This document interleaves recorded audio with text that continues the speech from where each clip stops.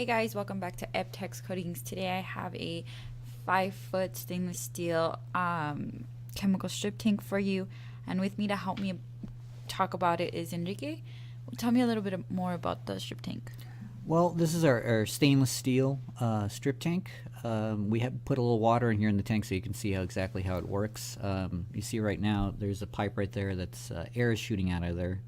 It's to help agitate the stripper. It's just a regular air line connected to it with a valve, so you can adjust the amount of air that's going in there. So in case you need a little more agitation than normal, you can increase the pressure.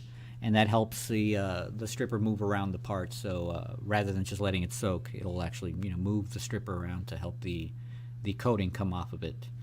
And right there you see the basket. As the coating's being removed from the part, it'll collect in that little basket and you can remove it. And here on this other pipe there's another air line you connect, and that'll help actually recirculate the stripper going through the tank. It'll go into the basket, the runoff will collect in the mesh, and then the stripper will be recirculated, so that way you don't have to keep putting in more stripper over time, and you can get more out of it based on what you have. And then you see a little there's the pump and the little heating rod, and there's the heating rod connector that'll heat up the stripper if it needs it. It's a regular 110 connected to any 3-prong outlet, and just to help it remove the coating. And there you got your valve, so you can increase the air pressure, the airflow, and help it get it moving along. And what's the gallons on this? It's the 5-foot. You could fit about 180 gallons in there. You usually don't really have to fill it up all the way, but I mean, if you need to, usually maybe fill it halfway, or you don't have to completely submerge the part. The agitation will help kind of move it over the piece. And for the drainage? Drainage, just a regular ball valve.